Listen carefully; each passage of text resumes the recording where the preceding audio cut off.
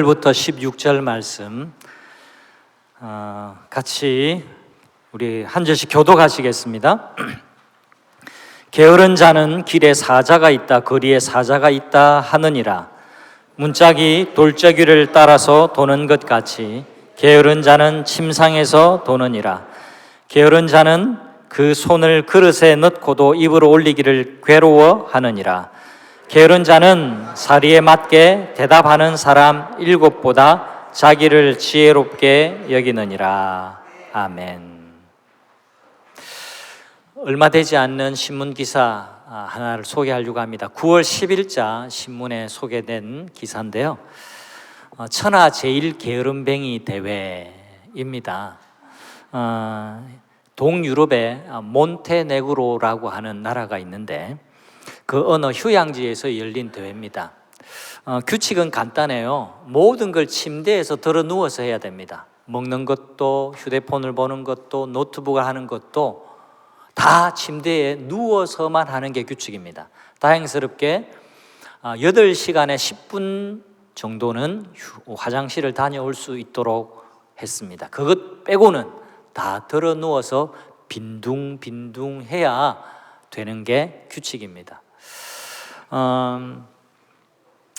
저때 사진이 463시간째라고 합니다. 감이 잘 안 오시죠? 19일째 저렇게 버티고 있는 사진인데요, 여기서 우승하면 무려 1000유로, 우리나라 돈으로 140만 원입니다. 1000유로 정도를 받는 게 우승 상금이라고 그래요. 여러분 부러우신가요? 부러우세요? 저는 하나도 부럽지 않습니다. 허리가 아프려고 그래요. 사실 이 대회조차도 몬테네그로 사람들은 게을러 터졌어 라는 이 말이 그 주변 나라들에 통용되고 있다고 합니다. 우리 이를테면 이런 거죠. 비하하는 건 아니고요, 중국 사람들은 뭐야, 일본 사람은 이래, 이런 것 있잖아요. 근데 몬테네그로 사람들은 참 게을러 터졌어, 이런 말들이 그냥 회자되고 있는 그게 좀 불편해가지고 몬테네그로의 리조트 사장이 12년째 지금 이 대회를 역설적으로 하고 있답니다. 몬테네그로 사람들은 안 게을러요, 이것 얘기해 주려고 한 이벤트라고 하기는 하는데요, 안 게을러 보이는 건 아니에요. 아무튼 별별 희한한 대회가 우리가 사는 세상 속에는 참 있습니다. 우리말 사전에 게으름을 이렇게 설명합니다. 행동이 느리고 움직이거나 일하기 싫어하는 태도나 버릇, 이게 사전적인 설명입니다. 사회생활에서도 게으름을 권장하지는 않습니다. 만약 제가 사장이라면 학벌 좋고 그 다음에 똑똑하고 인물 훤하지만 행동이 느리고 움직임이 적거나 일하기 싫어하는 태도를 가진 사람은 안 뽑을 겁니다. 반대로 스펙은 그렇게 화려하지는 않지만 매사에 부지런하고 성실한 사람이 눈에 띈다면 그 사람 뽑아서 함께 일하고 싶습니다. 잠언에서도 게으름을 매우 경계하고 있는데요, 지난 한 주간 동안의 큐티 본문에서도 이 게으름을 여러 군데에서 언급을 했는데 기억을 하고 계실지는 모르겠습니다. 월요일과 금요일 본문에 있는데요, 먼저 월요일 말씀을 제가 한번 인용해 보겠습니다. 제가 읽어볼게요. 내가 게으른 자의 밭과 지혜 없는 자의 포도원을 지나며 본즉 가시덤불이 그 전부에 퍼졌으며 그 지면이 거친 풀로 덮였고 돌담이 무너져 있기로 내가 보고 생각이 기뻤고 내가 보고 훈계를 받았노라. 내가 게으른 자입니다. 좀 더 자자, 좀 더 졸자, 손을 모으고 좀 더 누워있자 하니 내 빈궁이 강도같이 오며 내 곰핍이 군사같이 이르리라. 그리고 오늘 본문 26장의 각 구절마다 13절, 14절, 15절, 16절에도 거듭 게으른 자에 관한 말씀을 교훈을 남기고 있습니다. 뿐만 아닙니다. 잠언 6장에도 10장에도 12장에도 그 다음에 15장에도 19장에도 21장에도 22장에도 게으른 자가 어떤 사람인지, 게으름을 얼마나 이 잠언에서 경계를 하고 있는지 수도 없이 많이 언급을 하고 있습니다. 그리고 더 나아가서 신약 성경에도 게으르지 말라라고 교훈하는 곳이 한두 곳이 아니에요. 게으름이 권장할 만한 것이 못 된다라는 것은 대부분 동의하는데, 이 잠언에서조차 강조하는 것은 같은 선상의 의미가 아닙니다. 그냥 일반적인 사회적인 의미에서 게으르면 안 돼요, 이 정도 말하려고 잠언 그리고 성경에서 교훈을 담고 있지는 않습니다. 성경은 게으름을 좀 더 깊이 있게, 심도 있게 다루고 있습니다. 방금 설명드린 대로 게으름의 사전적인 설명은 이 몸의 운동량과 관련이 있어요. 몸을 얼마나 부지런히 움직이느냐, 이걸 기준으로 게으름을 판가름해 놓습니다. 게으름은 그러나 몸만 연결되어 있는 영역이 아닙니다. 여러분 생각해 보세요. 저 사람은 참 몸은 부지런한데 정신은 게을러 터졌어. 저분은 신앙생활은 아주 부지런히 잘하는데 어떻게 저렇게 게으른지 몰라. 이게 성립이 되나요? 성립이 되지 않습니다. 게으름은 우리의 육체뿐만 아니라 정신과 우리의 영적인 부분과 연결되어 있는 총체적인 부분이라는 것을 우리가 잊으면 안 됩니다. 그러나 일반적으로 사전적인 의미는 몸만을 이야기합니다. 게으름은 영적인 병입니다. 더 나아가서 불신앙이에요. 신앙이 좋은 사람은 결코 게으를 수가 없습니다. 게으르게 사는 한 신앙생활이 잘 될 리가 없습니다. 오늘은 잠언의 말씀을 통해서 이 게으름이 가진 또 다른 얼굴에 관해서 함께 생각을 해보려고 합니다. 게으름의 또 다른 얼굴, 첫 번째는 핑계와 변명이라는 겁니다. 우리 13절 말씀 다시 한번 볼까요? 게으른 자는 길에 사자가 있다, 거리에 사자가 있다 하느니라. 여러분 생각하고 대답해 보십시오. 우리 동네, 여러분의 집 주변에 사자가 있나요? 사자가 없습니다. 그 옛날에도 마찬가지예요. 사람이 사는 곳에, 그 거리에, 그 길가에 사자가 있는 경우는 없습니다. 사자는 밀림이나 숲에 있지 마을에 돌아다니지는 않습니다. 그런데 게으른 자는 말하기를 길에 사자가 있다, 거리에 사자가 있다, 이 말을 계속 되뇌인다라는 겁니다. 그 다음에 생략되어 있지만, 그래서 나는 나가기 싫어요, 나갈 수 없어요. 왜? 거리에 길에 사자가 있으니까, 이 말입니다. 22장 13절에는 더 정확하게 말하고 있습니다. 게으른 자가 말하기를 사자가 밖에 있은즉 내가 나가면 거리에서 찢기리라. 그래서 나는 못해, 안 나갈 수 없어, 이렇게 말하는 겁니다. 내가 나가면 사자한테 찢겨 죽을 건데 나는 못해요. 핑계와 변명거리를 늘어놓는 겁니다. 그래서 안 나가는 자신을 정당화한다라는 겁니다. 게으른 사람은 이처럼 늘 주위를 탓합니다. 환경을 언급합니다. 이게 핑계와 변명으로 일관된 게으른 자의 특징이라는 말이에요. 여러분, 하고자 하는 자에게는 자는 방법을 찾지만 하고자 하지 않는 사람은 늘 변명과 핑계거리를 찾습니다. 게으른 사람에게는요, 100가지의 핑계거리가 늘 따라다닙니다. 부정적인 생각 100가지보다 긍정적인 답변과 아이디어 한두 가지가 훨씬 낫습니다. 여러분 주변에 늘 변명과 핑계를 일삼는 사람은 가까이 하지 않는 것이 좋아요. 게으른 사람의 특성이 있습니다. 몸만 게으르지 않습니다. 또 이렇게 표현합니다. 몸은 게으르지만 게으른 사람의 특징은 혀는 게으르지 않아요. 왜? 늘 핑계거리가 있거든요. 늘 변명하니까 그래요. 변명하고 핑계하는 데는 아주 부지런합니다. 그래서 부지런하지만 게으른 사람이 있을 수 있다 없다? 있다라는 겁니다. 성경에 예가 있습니다. 가나안 정복을 눈앞에 두고 모세는 각 지파에 탁월한 한 명, 대표 선수 한 명씩 선발을 합니다. 이 12명의 사람들을 가나안 땅에 40일 동안 정탐하고 오라고 파견해 보냅니다. 이 사람들이 구석구석 살피고 샅샅이 조사를 하고 40일이 지나고 난 다음에 백성들 앞에서 보고대회를 엽니다. 그런데 10명의 보고와 2명의 보고가 엇갈리게 되는데요, 10명은 이렇게 보고를 하고 백성들의 마음을 낙담시킵니다. 뭐라고 보고했냐?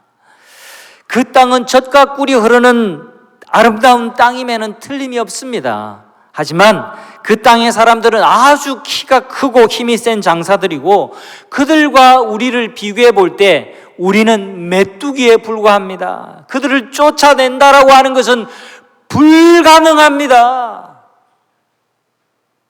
이렇게 보고를 합니다. 그러나 여호수아와 갈렙의 보고는 달랐습니다. 하나님께서 우리를 기뻐하시면 그 땅으로 우리를 인도해 드리실 겁니다. 그 땅을 우리에게 주실 겁니다. 하나님 우리에게 그렇게 약속해 주셨잖아요. 여러분, 하나님을 거역하지 마세요. 그 땅 백성을 두려워하지도 마세요. 그들은 우리의 밥입니다. 우리가 가서 먹으면 됩니다. 그렇게 보고합니다. 그러나 믿음의 사람 여호수아 갈렙, 이들의 보고를 듣지 않고 10명의 변명과 핑계와 불신앙으로 가득한 이 보고 때문에 마음이 위축되어진 백성들은 하나님께 거역하기 시작합니다. 그 결과로 이들은 40년을 광야에서 방황하게 되는 겁니다.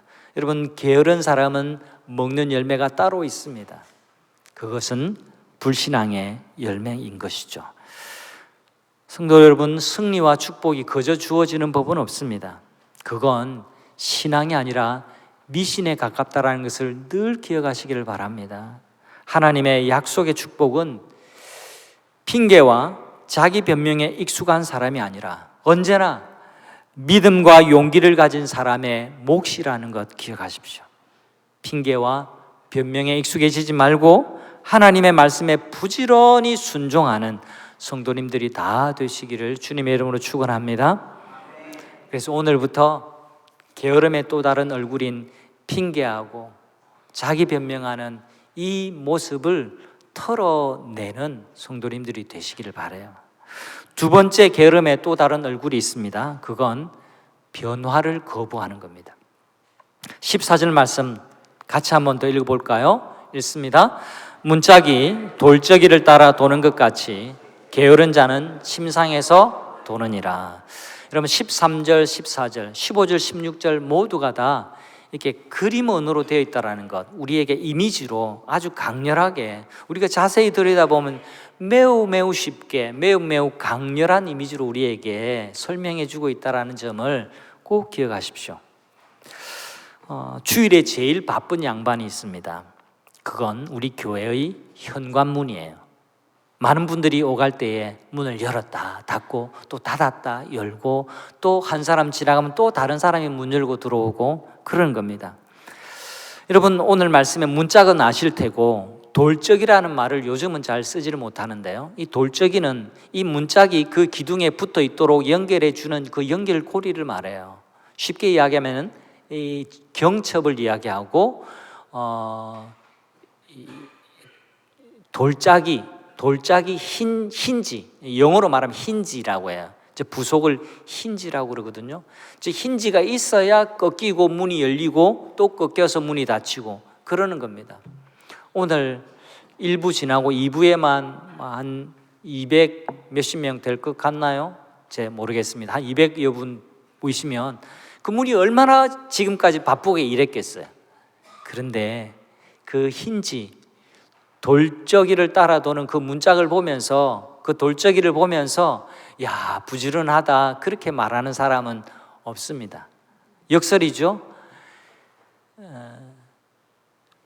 부지런하지만 게으른 사람이 있습니다. 자기 변명과 핑계를 대는 사람. 열심히 움직이지만 게으른 사람이 있어요. 그건 전혀 진전이 없는 사람이에요. 그냥 그 자리만 왔다 갔다 하면 그건 열심히 일하는 것 같지만 게으른 거다, 그렇게 이야기하고 있는 겁니다. 다시 말하면 변화가 없는 사람입니다. 열심히 일하는 것 같지만 돌적이는 전혀 변함없이 그 자리에 있습니다.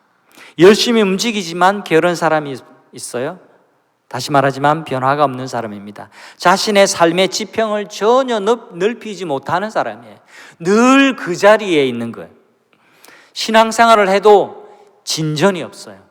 이 자리에 학습을 준비하고 있는 초신자분도 계시지만 한 30년 이상 된 굉장히 오래된 분도 계세요. 그러나 오래 믿어도 늘 신앙생활에 진전이 없다면 그건 게으른 겁니다. 그런 게으른 사람이 영적인 축복을 얻을 수 없다라고 그렇게 우리에게 말씀해 주고 있는 겁니다. 내 신앙은 아직 어린아이인가? 내 신앙은 청년이고 성숙한 장년이 되어가는가? 자신에게 스스로 질문해 보시기를 바라요. 내가 이 정도 교회를 다니고 있는데 나는 지금 영적으로 잘 성장하고 정말로 어떤 짐도 질 수 있는 장골이 되고 있는가? 어떤 일도 잘 감당할 수 있는 성인이 되고 있는가? 내가 자식도 낳고 잘 양육하는 영적인 아비, 영적인 어미가 되고 있는가? 그걸 잘 살펴야 되는 겁니다. 우리 동네에 여러 카페가 있는데요, 제가 주목해보는 카페가 있습니다. 물론 제 1번 카페는 우리 교회 카페입니다. 그 다음에 제가 유심히 보고 있는 카페가 051이라는 카페예요. 왜 그러냐 하니까 우리 집에 아들 중 한 명이 거기서 알바를 한 적이 있거든요. 작년에 제가 굉장히 인상 깊었던 내용 말씀 준비하면서 생각이 났습니다. 제가 사진에도 찍어놨는데요, 사진은 보여드리지 않을게요. 그냥 설명만 하겠습니다. 051이라는 카페가 우리 초등학교 뒷문에 있습니다. 어디쯤 있는지 아마 아실 거예요, 이 동네 분들은. 거기 가보면 가게가 그렇게 넓지 않습니다. 넓지 않은데 그 매장 가운데 벽면에 네온 사인으로 큼지막하게 이렇게 글씨가 적혀 있어요. 변화는 있어도 변함은 없기를. 제가 지나가다가 저 캐치프레이즈가 굉장히 인상 깊어가지고 사진에 제가 담아 놓았어요. 여러분, 저거 그대로 우리 교회에다 갖다 붙여놔도 은혜 받을 수 있을 만한 문구라고 저는 생각을 합니다. 별로 동의가 안 되세요?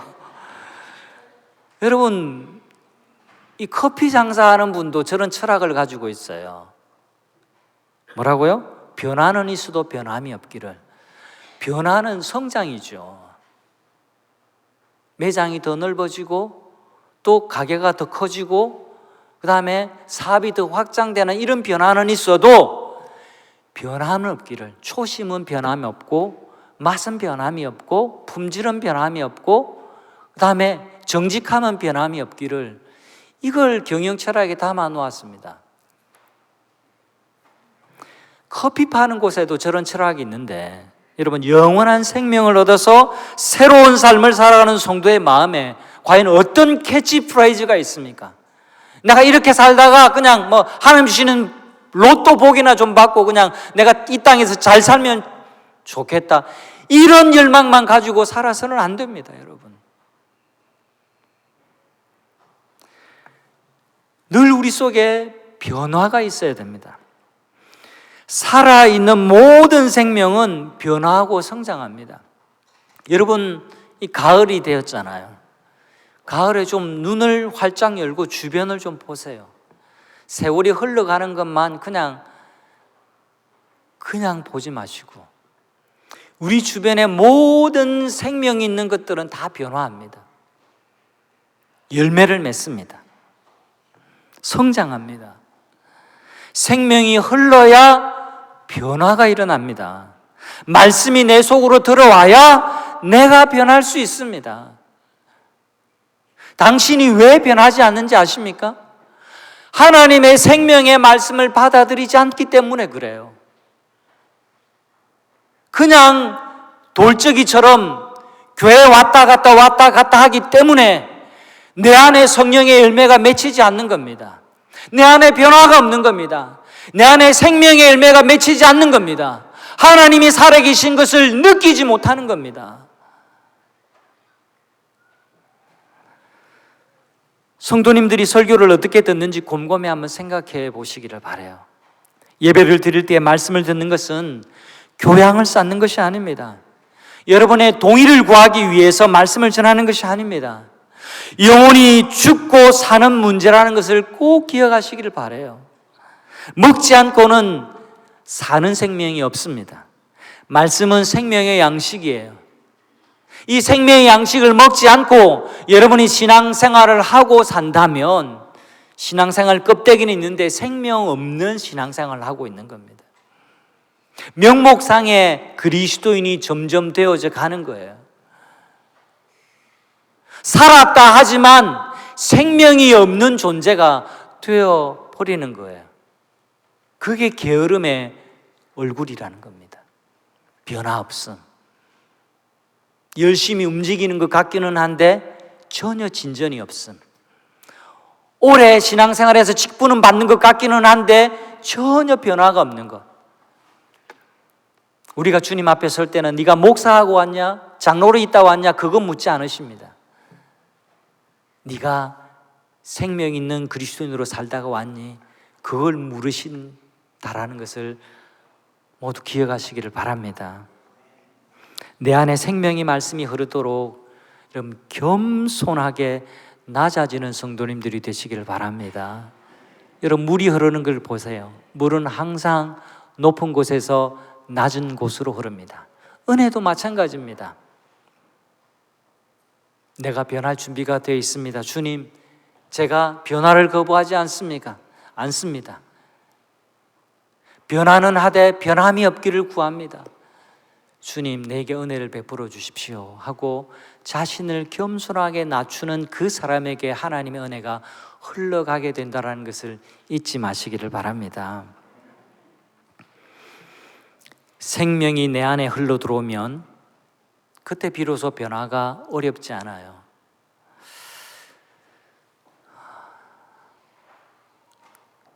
생명이 내 안에 들어오게 될 때, 생명이 내 안에 가득하게 되면 저항하지 않습니다. 변화를 거부하지 않습니다. 여러분 왜 변화하기 싫은 마음이 드는지 아세요? 왜 변화가 두려운지 아세요? 생명이 내 안에 흐르지 않기 때문에 그렇습니다. 하나님의 은혜가, 하나님의 그 생명이 내 안에 흐르게 되면 나는 자동적으로 변하게 됩니다. 나는 포도나무의 너희는 가지니 너희가 내 안에 있으면, 그리고 내 말이 너희 안에 있으면 너희가 많은 열매를 맺게 될 것이다. 예수님 우리에게 말씀해 주십니다. 여러분 이제 막 이렇게 가을에 열매를 맺잖아요. 여러분 끙끙거리면서 꽃을 피우고 끙끙거리면서 열매를 맺나요? 예, 그렇게 느끼실지 모르지만 그럴지라도 그 안에 그 자연스러움이 있습니다.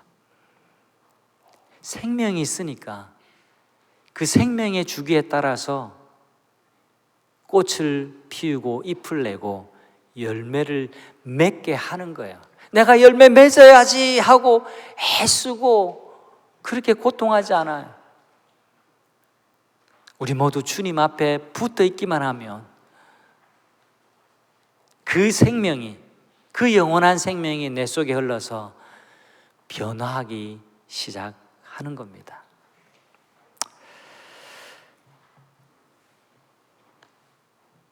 특별히 자신의 영적 변화를 열망하고 가정과 교회, 그리고 내가 몸담고 있는 직장의 변화에 적극적인 성도님들이 다 되시기를 주님의 이름으로 축원합니다.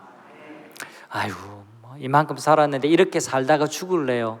그런 말씀 하지 않으시는 어르신들이 되시기를 바랍니다. 그런 말은 입에도 내지 마세요.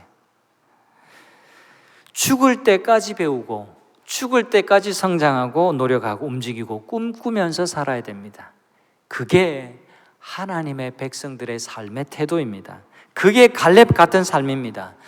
늙었지만 청년처럼 사는 사람이 있어요. 반대로 나이는 청년인데, 몸뚱아리는 청년인데 정신은 썩어가지고 노인처럼 사는 사람이 있어요.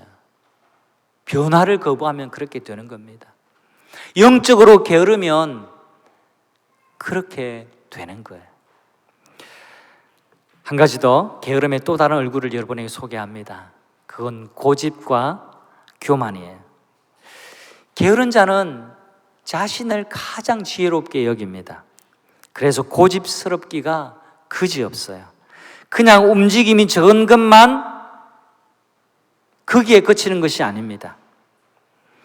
게으름이 에스컬레이팅 합니다. 여러분, 에스컬레이터를 타면 점점점 이렇게 올라가잖아요. 게으름은 처음에는 몸을 안 움직이는 것, 이것이 게으름인 줄 알지만 그 다음에는요, 핑계댑니다. 변명합니다. 그리고 변화를 거부합니다. 그리고 자기가 제일 지혜롭다고 말하고 다른 사람의 말에 귀를 기울이지 않습니다. 그리고 교만해집니다. 자기 고집을 부립니다. 이게 게으름의 영적인 면이에요. 나쁜 것도 에스컬레이팅하고 좋은 것도 에스컬레이팅 한다는 것을 기억하십시오. 16절 말씀 다시 한번 봅니다. 같이 읽어볼까요? 게으른 자는 사리에 맞게 대답하는 사람 7보다 자기를 지혜롭게 여기느니라. 게으름이 고집과 교만으로 그 얼굴을 바꾸고 있습니다. 성경에서 제시하는 사람의 수 가운데 여기 7이라고 나오는데요, 그냥 반드시 7이라 이렇게 해석할 필요가 없습니다. 성경이 말하는 7은 완전수를 이야기합니다. 이 완전수, 그러니까 완전한 지혜를 가지고 바른 길로 인도하고 말하는 사람이 있지만 자기가 제일 지혜롭다고 생각하는 거예요. 누가요? 게으른 자는. 게으른 사람은 그 생각이 닫혀서 더 이상 배우려고 하지 않고 다른 사람의 애정 어린 권고도 무시합니다. 신앙의 연수가 더해질수록 자신을 지혜롭게 여기지 말아야 합니다. 그게 신앙 성숙이에요. 오직 하나님께 지혜를 구하고 믿음의 사람들에게 조언을 구합니다. 그게 신앙이 성숙한 사람입니다. 그리고 하나님이 세우신 영적인 지도자의 가르침에, 그 말에 귀를 기울입니다. 성도 여러분, 왜 교회에 목사와 장로를 세워주셨을까요? 그건 영적인 지혜로 세우신 이 직분자를 통해서 지도를 잘 받으라고, 인도함을 잘 받으라고, 그리고 함께 따라하라고 하나님이 세우신 거예요. 여러분, 왜 가정에 아빠와 엄마를 두고 왜 가정에 할아버지, 할머니, 어른들을 두셨나요? 할아버지, 할머니가 손주들보다 더 거룩하고 더 윤리적이고 더 모든 면에서 최고입니까? 그러지는 않아요. 근데 그게 그 질서를 따라서 가정의 축복이 내려오는 겁니다.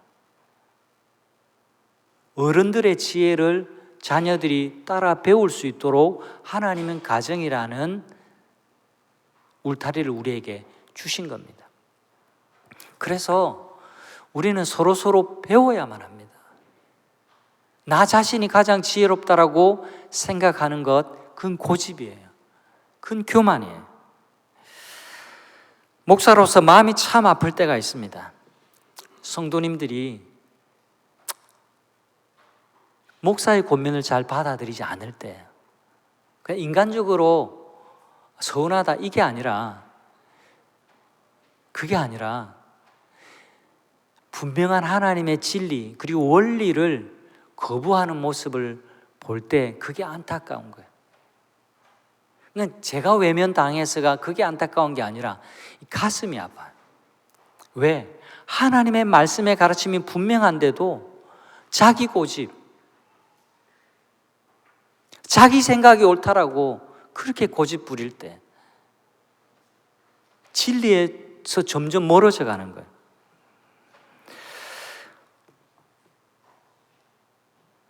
하나님은요, 자녀인 여러분의 기분을 맞춰주는 데 관심을 두지 않으십니다. 자녀를 생명의 길로 인도하고 풍성한 삶을 살게 하는 것에 하나님은 관심이 있다라는 것을 기억하시기를 바랍니다. 늘 하나님의 지혜를 듣고 겸손한 삶을 살아가는 성도님들이 다 되시기를 바라요. 내 주위에 스승이 참 많음을 알고 사랑방 모임에서 서로 배우시기를 바랍니다. 그것이 지혜입니다. 가정에서도 서로 배우시기를 바라요. 부모님도, 여기 아빠들 많이 계시죠? 내가 남편이기 때문에, 아버지이기 때문에 내 말 다 들어, 그렇게 하지 마시기를 바랍니다. 아버지가 언제나 반드시 지혜로운 것은 아니에요. 옳은 것은 아닙니다. 저 노력하고 있습니다. 저를 가장 객관적으로 잘 아는 사람은 저희 아내이기 때문에 저희 아내가 저를 비판할 때는 제가 비판을 때로는 듣기도 합니다. 때로는 안 받을 때도 있기는 하지만 근데 돌이켜보면 맞을 경우가 많습니다. 왜? 이권이 개입되지 않고 가장 객관적으로 그리고 동시에 주관적으로 잘 아는 사람이 저 사람이기 때문에 그래요. 그리고 저는 저 아들 이야기도 최대한 들으려고 노력합니다. 부모된 여러분, 자식들 이야기에도 귀를 기울이길 바랍니다. 부모가 항상 옳을 경우는 없습니다. 때로는 자녀들의 얘기가 옳을 수도 있습니다. 우리가 영적인 게으름에 빠지면요, 우리 주변에 7사람이 우리에게 아무리 좋은 이야기를 해도 그 얘기를 흘려버리고 받아들이지 않고 내가 제일 지혜로운데, 내가 아버지인데, 내가 남편인데, 내가 목사인데, 내가 뭔데, 그러면서 옳은 이야기를 거부할 수 있습니다. 그게 자기 고집이고 교만이고 더 나아가서 그것이 영적인 게으름에 빠져서 나타나는 결과라는 것을 꼭 기억하시기를 바랍니다. 성도 여러분, 오늘 게으름에 관해서 함께 살펴보았습니다. 하나님의 자녀들은 게으른 자아를 마음에서 몰아내는 영적 싸움을 싸워야 하는 존재들인 것을 기억하시길 바랍니다. 왜요? 이렇게 싸우지 않으면 옛 사람의 성품이 우리를 지배하기 때문에 그래요. 주님께 도움을 구하십시오. 내가 게을러지지 않기를, 내 신앙이 게으름에 빠지지 않기를 주님께 간구하시기를 바랍니다. 우리가 간구하면 주님이 응답하실 줄 믿습니다. 성령의 능력이 임하면 영적인 게으름을 이길 수 있습니다. 게으름에서 벗어나라는 생명의 말씀 앞에 나 자신을 굴복시키고 자신을 주님의 손에 맡기는 순간, 그때 우리 살아계신 주님은 우리에게 새 힘을 주실 줄 믿습니다. 주님의 말씀에 귀 기울이고 순종하고 살면 우리 주님이 이 한 주간도 생명이 넘치는 삶, 풍성한 삶을 살게 해주심을 믿습니다. 이 한 주간이 여러분에게 더욱더 풍성한 삶이 되시기를 주님의 이름으로 축원합니다. 우리 함께 말씀을 기억하면서 자리에 일어나시고 함께 이 찬양으로 하나님 앞에 올려드리기를 원합니다.